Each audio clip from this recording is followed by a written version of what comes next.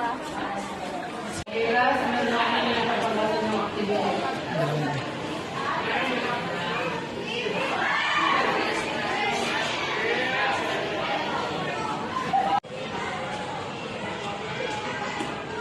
Hoy! Ano ba? Tigilan nyo nga sa salit. Uy, ano ba yun? Hoy, Janelle, ano mo ba? May mga nagpapakita dito sa school. Sabi ba nga nila, may naglalakad daw na babae dyan sa uwi. At bigla siyang hinilang ng mga kalalakihan at dinala sa isang galing. At doon pinatay. Nagpapakita lang siya sa mga taong nakasalanan. Isa na nagpapakita siya sa lahat kasi lahat tayo kasalanan. Okay, guys, dismiss. Janelle, tapos muna ako isda.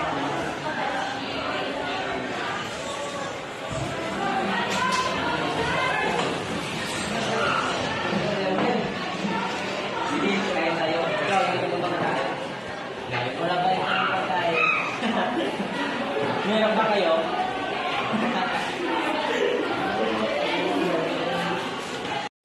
Ano ba yan? Gutom na naman ako.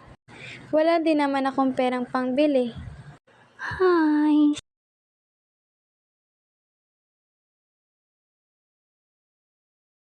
Ano nga ulit yung sinabi ni Nicole? Yung babaeng pinatay? Shirley!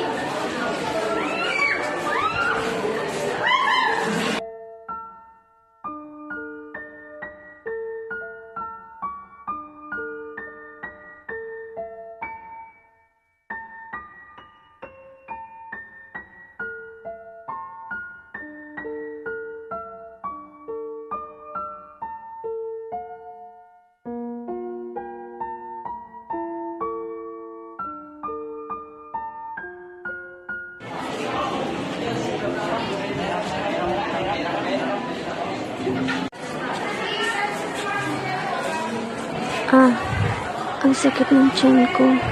Kanina pa ako hindi kumakain.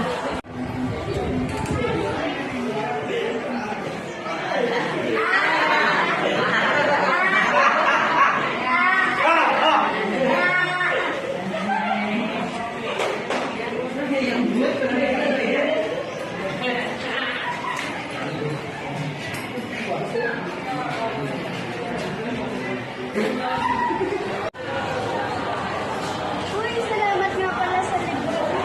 Naku, wala yun. Ano, ang sabi ng mga classmate natin, yung wallet daw ni Sis, mawala.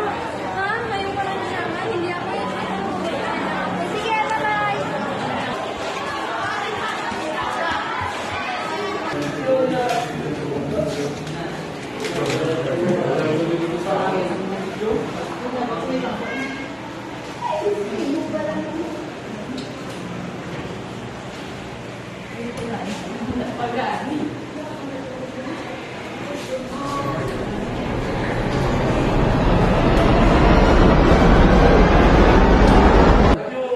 Sir, ako po talagang kumuha ng wallet niyo. Okay lang yun, anak. Basta pinapatawad na kita. Basta huwag mo lang ulitin sa susunod.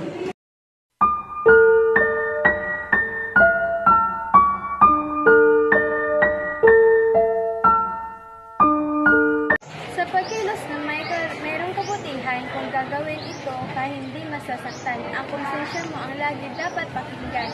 Kaya't may kakayahan kang magnilay at magmuni-muni dahil may kamalayan ka sa iyong sarili at sa mangyayari sa iyong paligid. Ang konsensya ay isang paghuhusga ng tama at mali. Sa pamamagitan ng konsensya, nakakagawa ang tao ng pagkakasya. Ang konsensya ang pinakamalaki sa pamantayan ng moralidad.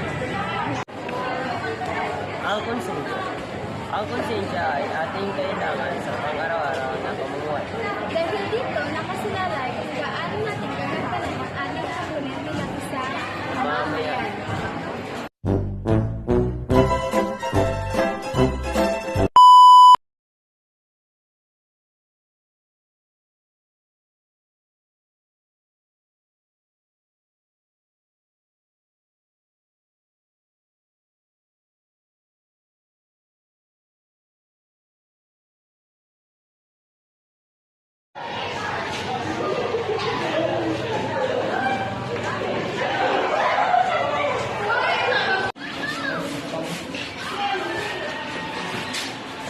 Nagbubulot.